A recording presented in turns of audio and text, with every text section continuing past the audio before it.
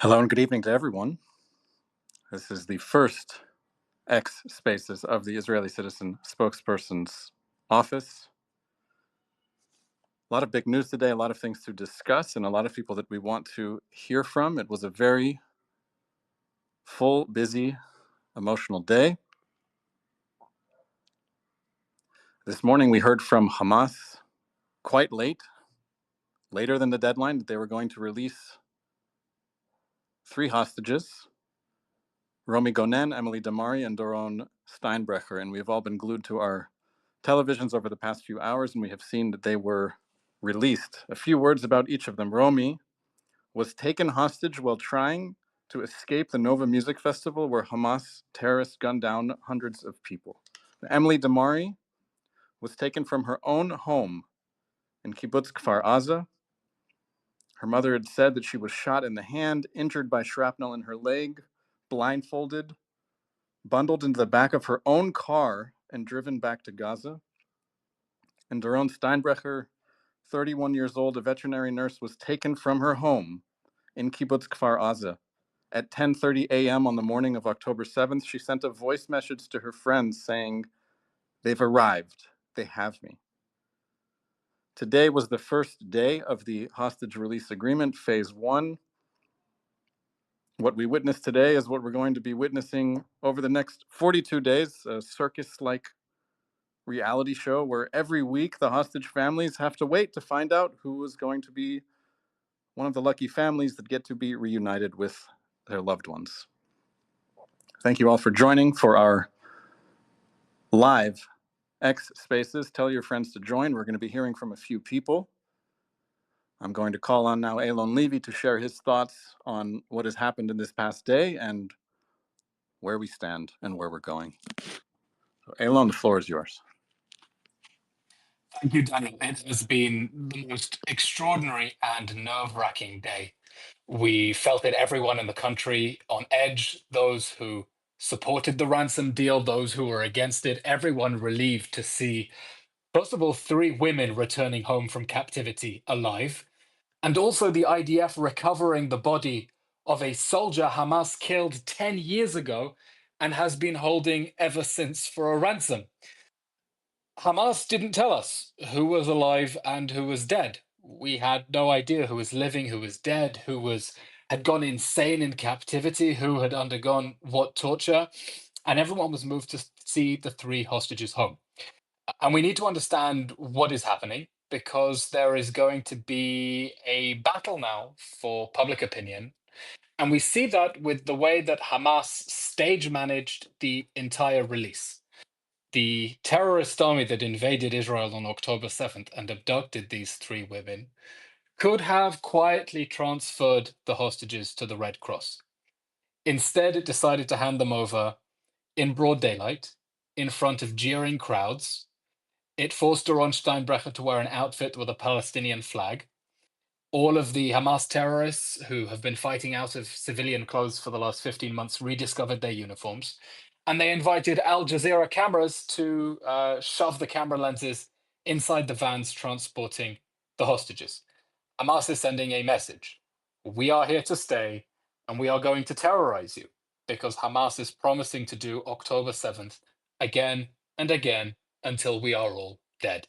That was Hamas's promise before October 7th, and we belittled it.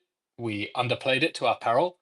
That was Hamas's promise after October 7th, and that was Hamas's promise before the ceasefire agreement was even signed. We are going to do October 7th again and again. And so the 3 hostages are coming back, but they're not coming home, because the 2 of them, at least, their homes are in Kfar Aza. They are wrecked in the same conditions they were when Hamas abducted them. And in order for Emily Damari to sleep safely in the bed from which she was abducted, in order for Doron Steinbrecher to feel safe in the home from which she was kidnapped, the Hamas terror regime cannot be their neighbor. Bringing them home means doing 2 things: freeing them from Hamas captivity and removing Hamas from power so it cannot fulfill its evil designs. The ransom deal that we see now is part of a 3-phase ceasefire deal that is supposed to lead to a permanent ceasefire. But of course, that's an oxymoron. There's no such thing as a permanent ceasefire. A permanent ceasefire is peace. But Hamas doesn't want peace. Hamas's reason for existing is to wage jihad forever until there is no more Israel. And as I said, Hamas is already using this staged managed spectacle to send a message that it plans to rule Gaza the day after the war. And any Palestinians who want to speak out against the horrors that Hamas has brought on Gaza should shut up, or else they will face retribution. Now, Daniel, you'll notice I'm using the word ransom deal rather than hostage release deal. Hostage release deal is a euphemism. There's no such thing. We paid a ransom. On October 7th, Hamas kidnapped people. It kidnapped innocent civilians. It kidnapped children, including 2 children it is still refusing to release, Thea and Ariel Bibas. It then demanded a price in order to get them back. 1, it wanted Israel to leave it free to do October 7th again and again. And 2, it wanted the mass release of Palestinian terrorists from Israeli jails. In effect, Hamas was saying, give us the hostage takers of tomorrow in exchange for the hostages of today. We have your daughter, give me the terrorists who can take your grandma tomorrow. And that is why there was some opposition within Israeli society, because we are paying a price. We are putting terrorists back on the street. And as much as we are relieved that Emily, Doron, and that Emily, Doron, and Romy are free from the Hamas rapist regime, we are all less safe as a result. And we have to be very clear to everyone around the world saying, just make a deal, that these deals have costs. And these are costs that we as Israeli society will have to try and find a way to navigate. So they were kidnapped, and this is a ransom deal. And a ransom deal that Hamas is determined to effect by terrorizing the hostages and their families until the last minute. We saw the psychological warfare, refusing to release the names of the hostages who would be released. We saw the staged managed spectacle, releasing them in front of jeering crowds. And we see Hamas determined to continue to terrorize the hostages' families, refusing to say who is alive and who is dead. And so reluctantly, we have been blackmailed. We have been blackmailed into making a deal with the devil. But we have no choice because they have our babies. And Israel is now agreeing to pay this price in order to get innocent children back. And what the Palestinians want in exchange is the people who murdered innocent children. And there are very many Israeli families now who, as much as they're relieved to see Doron, Emily, and Romy home, are also very sad because the people who killed their parents, their siblings, their sons and daughters are now going to be released from prison as part of this ransom agreement. So, Daniel, those are my initial thoughts right now. We have on the phone Jonathan from our team. Jonathan, you want to chip in? Tell us what you're feeling today? Yeah, thank you very much, Elon and Daniel, for this. I think first of all, like you mentioned, Elon, a lot of us are feeling really joyful and happy to see that. I just watched earlier before we started the scenes from Channel 12 when they've seen Emily, Duran, and Romy enter the Red Cross ambulance and returning to Israeli soil, how their friends and families were celebrating with the broadcaster. And it really brought up tears to my eyes because we were all waiting to see this for 471 days. And like you said, the ransom that we had to pay By the for way, it. Jonathan, if I can just add, people around the world who are watching this on TV can say they were waiting for this moment. But this is something that we in Israel have been fighting for Mhm. this moment. And it's not abstract. I mean, I don't know about you, But I've met with all three of the mothers, with Simona Steinbrecher, with Mandy Damari. We're on WhatsApp terms. With Mirav Gonen, we also speak on WhatsApp. These aren't abstract news issues. These are real people, and we have been fighting for their freedom. Yeah, absolutely. You're completely right. Everyone here also knows someone that knows their families and knows them, not just, speaking with them. This is something that we're all constantly talking about day and night, waking up in the morning, thinking about them, going to sleep, thinking about them and their condition in Hamas's captivity. Yet there's still 94 hostages that are still held captive in Hamas's captivity in their terror dungeons. And this is something that we can't, yes, we're happy, but on the other hand, we can't rest till we get all of them back to their homes or to barrier, because we know that also Hamas dragged bodies, except those that they're executed in captivity, that need to be returned to their families in order to have proper burial.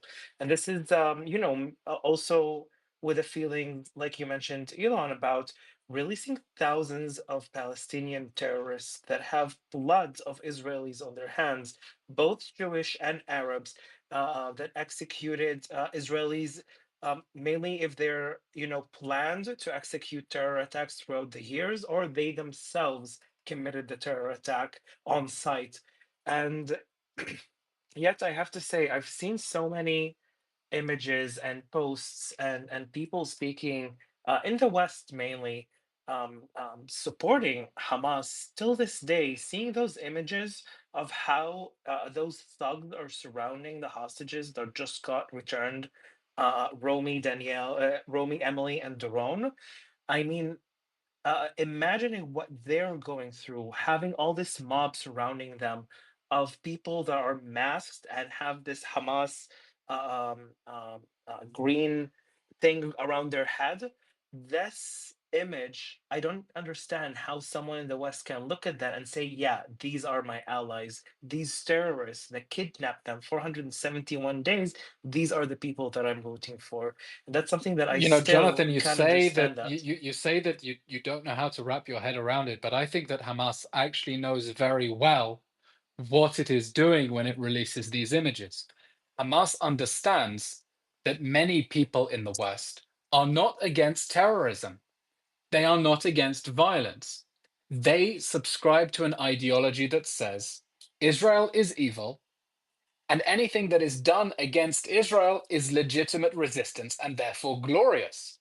And they know that when we see the terrorists with the green headbands and we're terrified by it because to us that screams suicide bomber, that for many people in the West, that screams freedom fighter, liberator, resistance. They know there's a whole Hamas chic, and they're playing in exactly to that, the knowledge that there are people around the world who have been radicalized over the last 15 months. Radicalized because of a vicious propaganda campaign that seeks to depict Israel as evil, that seeks to depict Hamas as being on the vanguard of the fight for global equality. And that is what we need to fight against. And that is why we at the Citizen Spokespersons Office, and whoever isn't following and is joining through our personal accounts, please do follow the team from the Citizen Spokespersons Office. They have done dozens of media interviews in recent days manning the global airwaves. It's why we're so determined to fight against the misinformation that is leading good, ordinary people to see these terrorists in their combat fatigues and think that somehow they're the good guys. Yeah, exactly. It doesn't go just for Hamas. It also, we need to remember that Israel is still facing a seven front battle. You have Hezbollah that is still trying to regain power again in Lebanon, although they're having a lot of difficulties because of the formation of the new government and the new president.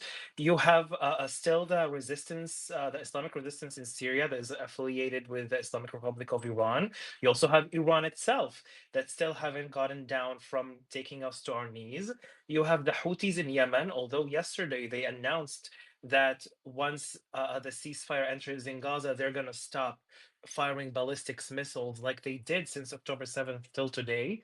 And this is something that we can't forget. We can't over go over through it without looking forward to what could happen the following days and what could happen the And following Jonathan, years. that framing of a seven-front war is critical. And remember, it's eight fronts, right? Including attacks on Jews and Israelis around the diaspora. Yeah. Because some people think that October 7th was just a terror attack. It wasn't. It was an armed invasion of an Iranian proxy army in Gaza. And they invaded hoping or expecting that the other proxy armies would join the feeding frenzy. They thought this was going to be the opening shot of the war of all wars that would bring Israel down. That's what October 7th was. Now, they weren't expecting Hezbollah, pardon me for the undiplomatic language, to have its ass kicked in Lebanon. They weren't expecting they weren't expecting the Assad regime to fall. Okay, but that is what October 7th was. It was the opening shot of what was meant to be, and indeed became, a regional war against the people of Israel. And Yeah, we've that's why had they called rockets it Al fired at our Aqsa direction flood. from. They wanted it the flood of the whole Islamist world to go over Israel and attack Israel immediately all at once. This is what they wanted to gain. Daniel, I want to pick your brains actually about where we are going forward on the question of the implementation of the rest of the agreement. Because Israel is saying, we want to see this agreement all the way to the end. That's what Gideon Sa'ar, the foreign minister, said in an interview to CNN. But at the same time, we're not going to give up on the objectives of the war, which are freeing all the hostages, destroying Hamas's military and its ability to rule Gaza, and making sure that Gaza can never pose a threat to Israel again. And what that means is that when the agreement talks of a full Israeli withdrawal and a cessation of hostilities, Israel is saying, yes, we're on board with that, but that's conditional on Hamas relinquishing power. It cannot be the government of Gaza after this war and go back to oppressing the people of Gaza. It cannot go back to using the Gaza Strip as one big launch pad for rocket attacks against Israel, one big staging ground for another invasion of Israel. The reconstruction of Gaza will simply mean the reconstruction of Hamas if they take all that concrete and they put it back in their underground tunnels. Israel is saying Hamas cannot govern Gaza after this war. And here is where the battle for public opinion really, really matters. I said this at a rally in London the other day for Kfir Bibas. He just turned 2. The rally was outside Save the Children, which is, of course, not lifted a finger for Israel's children. Here's what Hamas is going to try to do, and I hope everyone on this Twitter space understands it. Hamas is going to try to force an Israeli withdrawal from the Gaza Strip without the hostages.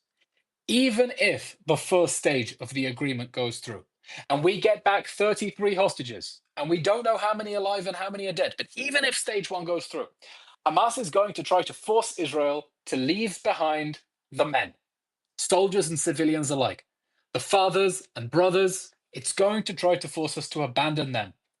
And it knows, by the way, here's the sick thing. It has the UN General Assembly on its side because it voted for an unconditional ceasefire. Unconditional means not conditional on the hostages. It means abandoning the hostages. It knows it has all the so-called human rights organizations obscenely calling this a genocide, pressuring Israel to just back off and abandon the hostages, and then trying to make the world forget about it. And that means that if we want all the hostages home, we need pressure on Hamas and its patrons, its state sponsors, Qatar, Turkey, Iran, South Africa, to let the hostages go. Because the longer you treat these as normal countries, the longer you treat Qatar as a mediator rather than Hamas's agent, you are encouraging Hamas to stick to its strategy of trying to force Israel to back off and abandon the hostages. Daniel, I want to get your take on that. Yeah, first of all, let's go over the deal itself so that people understand what we're referring to. This deal that Israel agreed to, The ransom deal. this ransom deal, the ransom payment procedure, has 3 phases. And we are only in phase 1. So right now in phase 1 of the ransom procedure says that 33 Israeli hostages will be released over a 6-week period. That includes women, children, older adults, wounded civilians, and among these 33 Israeli hostages are 5 female Israeli soldiers.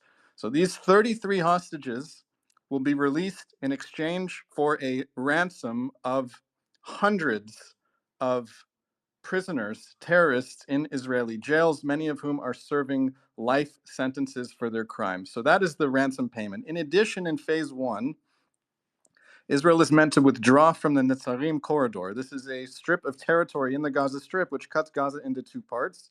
Israel will leave this part and thus allow freedom of movement for people in Gaza, and that includes Hamas terrorists. But during this phase 1, Israel will remain on the border between Gaza and Egypt. That's called the Philadelphia corridor.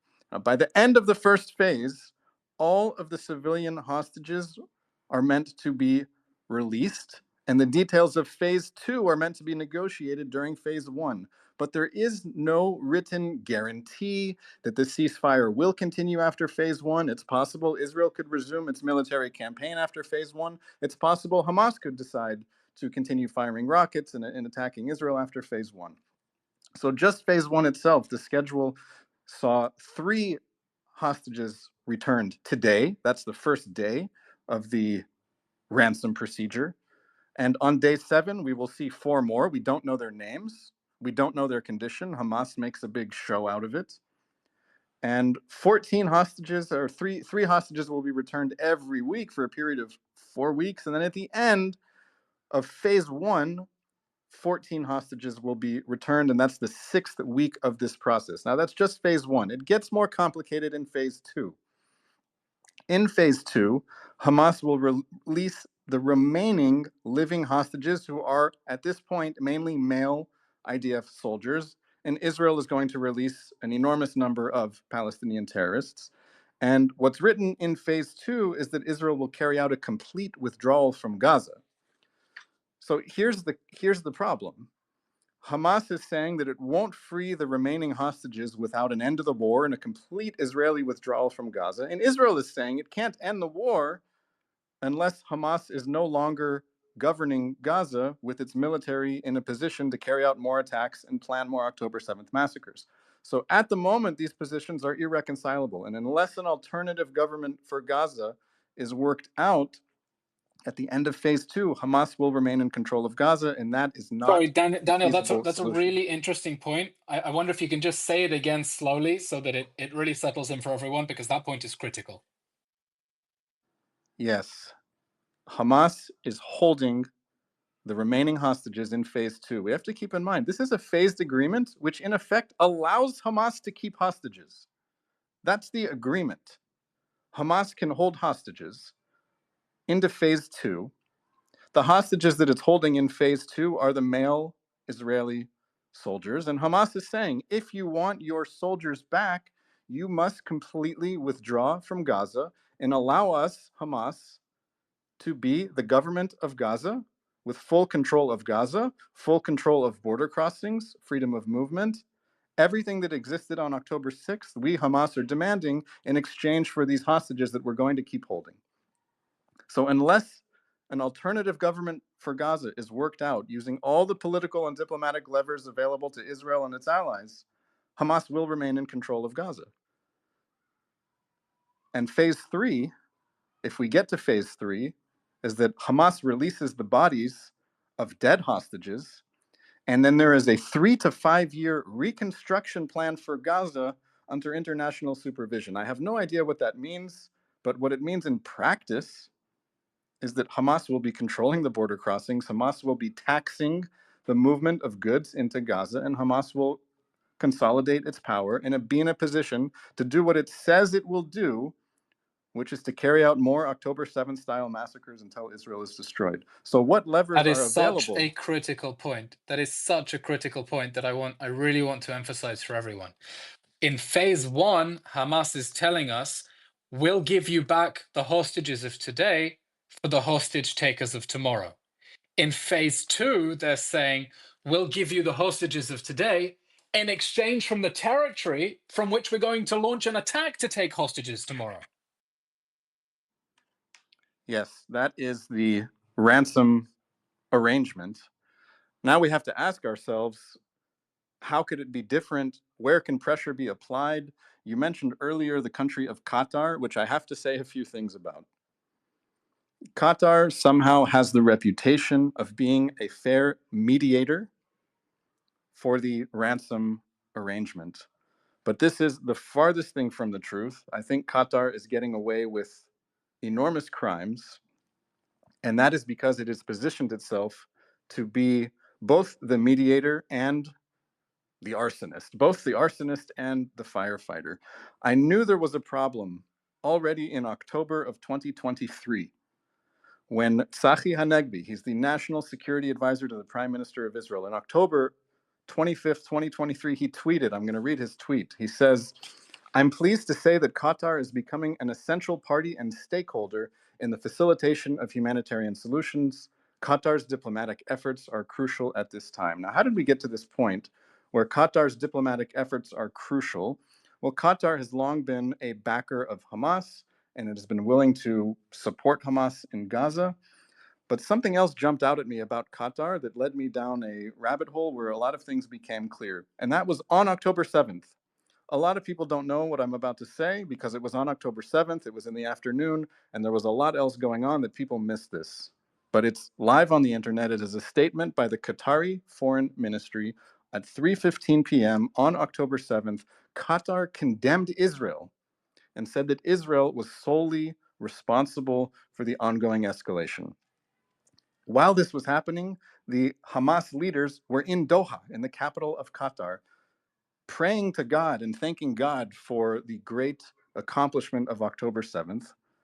Qatar never condemned Hamas. Qatar never said, oh, you shouldn't have done that October 7th thing. Please release the hostages. No, Qatar, in effect, told Hamas to keep the hostages until Hamas gets a deal that allows Hamas to remain in power, which may be what's happening unless phase 2 changes and someone else can take power in Gaza. Qatar also is the sponsor and funder and director of the Al Jazeera television network. Al Jazeera is a Qatari television station that broadcasts in English and Arabic, and it has been inciting people in the West and in the Middle East for years, starting on October 7th.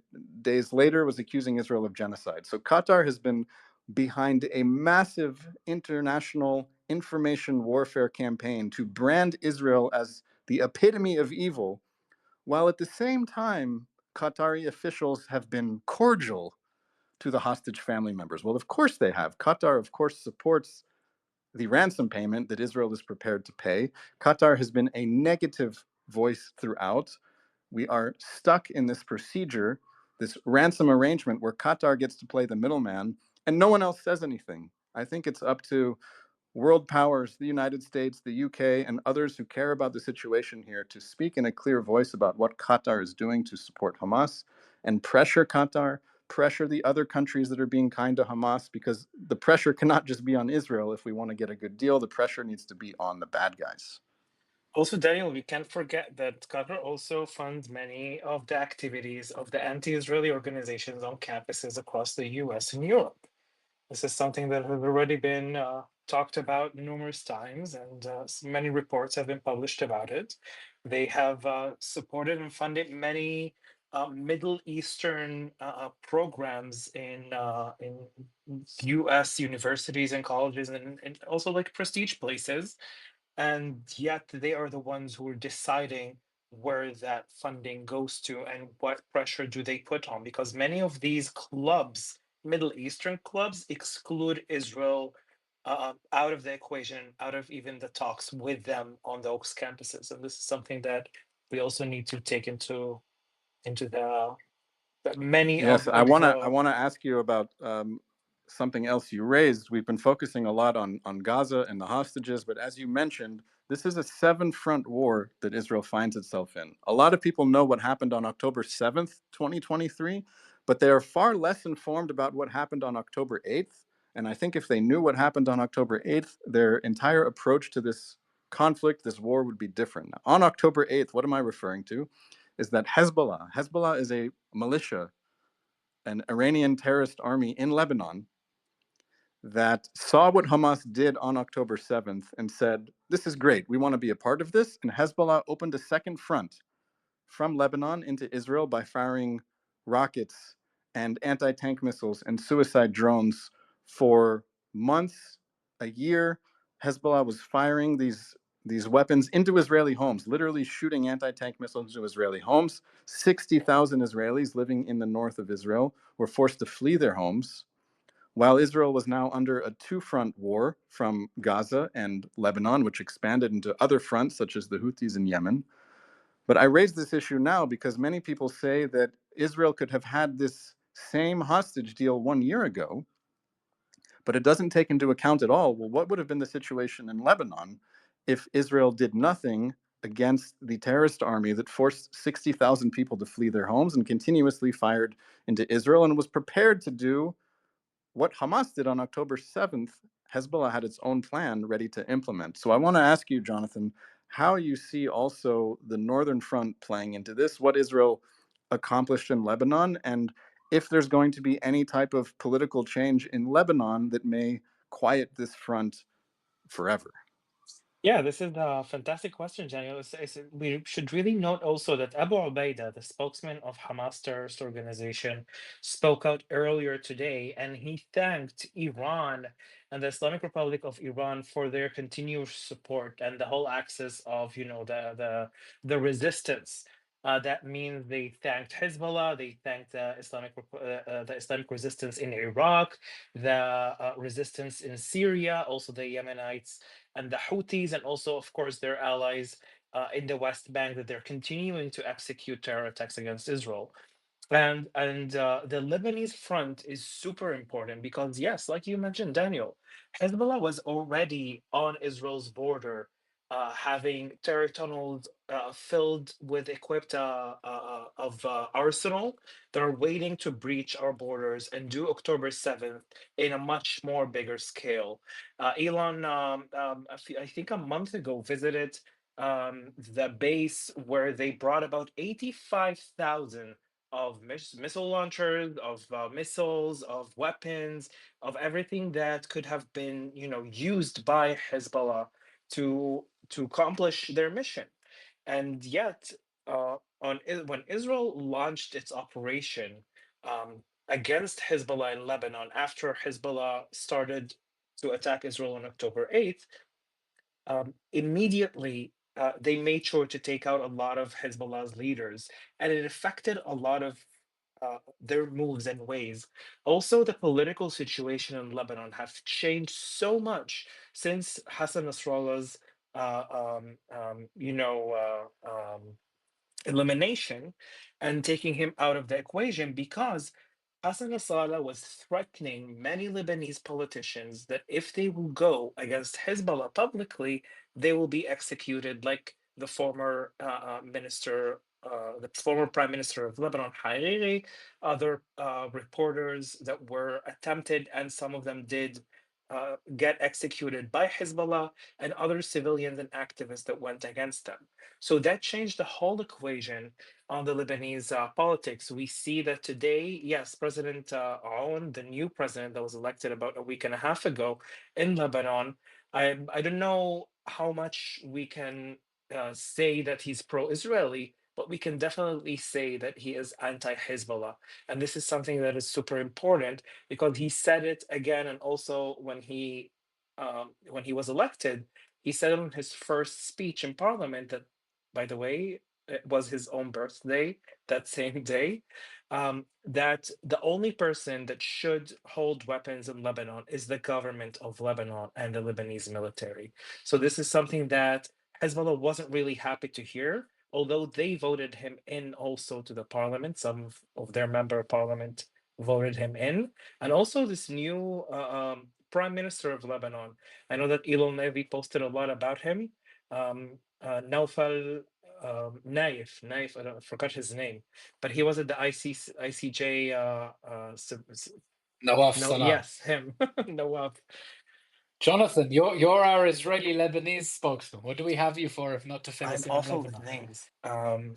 But But by the way, Jonathan, this is a really critical point. If we just pause this thought, I don't see how the ICJ's reputation could It's ever exactly recover where I'm from what going. just happened, and it's absurd that Israelis are the only ones drawing Yeah. attention to this. The president of the ICJ was campaigning for political office while presiding over a trial against a neighboring Yeah. state. He's running a trial against Israel. He's issuing judgments against Israel while he's lobbying to be the prime minister of a country that Israel is at war with. I mean, it's corruption on a level that is truly breathtaking and shreds any last remnants of credibility the ICJ Yeah, this has. is something that I think the ICJ really needs to take into considerations when they consider the continuation of their court against Israel. And this is something that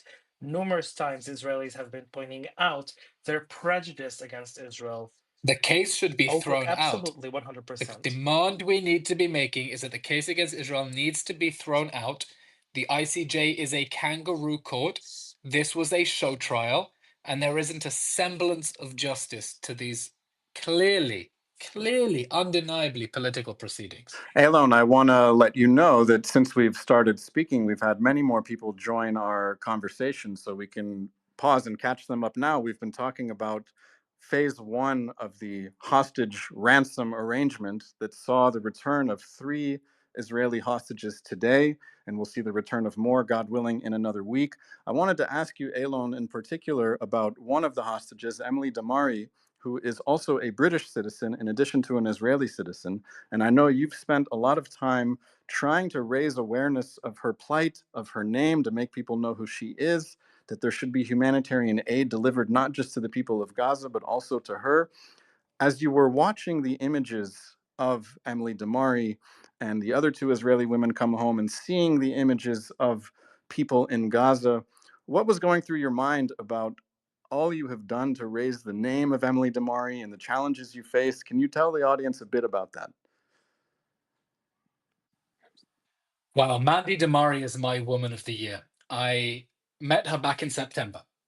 Here's what we have to remember about a lot of the hostage families. They're not only hostage families, they're also survivors of the October 7th massacre, and they're displaced because their homes were destroyed in the massacre. Mandy Damari ticks all 3 boxes. Her daughter was abducted, she lost her home, and she survived the massacre. Now, Mandy had kept a very low profile for a year. I have to say, for my sins, when we spoke, I didn't realize there was a British hostage at all because she hadn't been publicly drawing attention to Emily's case. But in recent months, something changed. She discovered an inner lioness and became a worldwide warrior for Emily. Now, she has been campaigning to say, not just bring them home, raising awareness. She's actually come with demands. She went to the British government and said, I have 2 requests. One, I need you to secure humanitarian aid to the hostages. I need you to make sure that humanitarian aid gets to Emily in order to keep her alive until we can release her in a deal. Hamas has backers like Qatar and Turkey, and if they don't cooperate, they should be sanctioned. And here's something else you need to do. Don't vote at the United Nations for an unconditional ceasefire because that means abandoning Emily. And we joined her call and we started a letter writing campaign calling for an Emily Damari humanitarian aid corridor. We said the UK needs to demand that the UN get aid to the hostages, that Hamas's sponsors, Qatar, Turkey, Iran, facilitate this, and if they don't, they should be sanctioned. And the British government ignored her request to get humanitarian aid to the hostages. Worse than that, they rolled out the red carpet for the Emir of Qatar at the same time she was in London. And then it went to the United Nations and voted for an unconditional ceasefire that meant abandon Emily. And Mandy felt deeply betrayed. And she gave a speech at one of the hostage rallies last week saying, I asked for this, I received no answers. I asked for this, I received no answers. I asked for this, I received no answers. I asked for this, and I received an incoherent answer. The fact is this: for all the nice words no countries have been willing to use their diplomatic leverage on the countries backing Hamas to get the hostages out. They've offered thoughts, they've offered prayers, they've said they'll raise the issue in their meetings. No one has ever banged on the table and told the countries backing Hamas, if you don't free the hostages, there will be consequences. And by the way, that's why many of the hostage families are so encouraged by President Trump's line that if the hostages aren't freed, there will be hell to pay, because they say that's the way you deal with a jihadi army holding children for a ransom. You bang on the table and you threaten them. You don't just ask them nicely. And as we try to get another 94 hostages out, this needs to be our demand. Just as the whole international community is demanding humanitarian aid for the people of Gaza, with the same insistence. With the same insistence, it needs to demand humanitarian aid for the hostages. And it's not enough to say, well, we asked, we tried. No, they need to demand it. And when the Red Cross that doesn't visit the hostages, they need to ask, what did you do? When was the last time you asked? And put on real pressure instead of simply ticking boxes. Because we need to bring the hostages home. And Israel has shown it's willing to pay a very high ransom to get the hostages home. But at the end of the day, there is a limit to how far we can be blackmailed in order to pay that ransom. There has to be pressure on Hamas and the countries backing it. And by the way, Daniel, here is where I think the biggest difference is between Hamas and ISIS. It's not the barbarism, the beheadings, the burnings, the people dismembered alive. It's not the jihadi ideology. It's not the radical Islam. It's that ISIS was a global pariah and Hamas has state sponsors. And part of the reason that it felt so empowered to do October 7th and will feel empowered to do it again if it is left as the government of Gaza is not because it gets funding from Iran, but because it gets backing by a NATO member state, Turkey, and by a NATO ally, Qatar. And that has to change. That has to be the legacy of Mandy Damari's fight to free Emily Damari. Pressure on Hamas and its state sponsors. What do you think about that? I think it sounds quite reasonable. I wanted to ask you about something you mentioned. You mentioned the Red Cross. A lot of the people watching the videos today on news networks around the world are going to see the Red Cross driving into Gaza and playing this intermediary role where they take the hostages out of Hamas's hands and bring them safely to Israel. I'm thinking that you may have a different idea or opinion about the role that the Red Cross has played since October 7th, 2023. Can you say a bit more about the Red Cross? The hostages' families tried a campaign to pressure the Red Cross to deliver medicines to the Israeli hostages. And they very quickly gave up because they understood there was no one to talk to. In December 2023, the president of the Red Cross, Mariana Spoljaric, by the way, Daniel, do you know where she used to work? UNRWA. You didn't It's let a me guess. revolving door between UNRWA. No, it was a rhetorical question. It's a revolving door between UNRWA and the Red Cross. She came to Israel. She met Prime Minister Netanyahu. He told her, there is every expectation that you will pressure Hamas to be given access to the hostages. And she fidgeted in her seat and said, it will never work. The Red Cross admitted that it wasn't even trying to pressure Hamas, and it could, because it hasn't been neutral in this war. And you see the way that it has very selectively chosen to invoke international law through its social media accounts, that it has been part of the global pressure campaign on Israel to desist rather than on Hamas to free the hostages. What the Red Cross did today was to act as an Uber service for the hostages.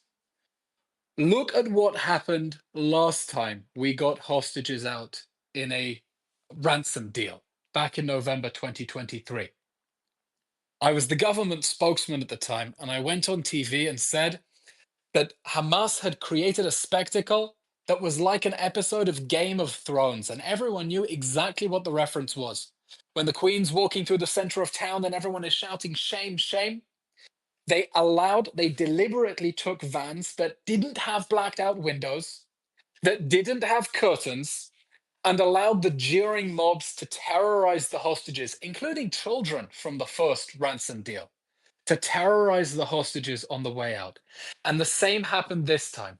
The Red Cross coordinated with Hamas in the middle of a busy street, surrounded by mobs chanting Allahu Akbar, and they allowed the media cameras to be right there in their faces as those poor girls were being bundled into a van.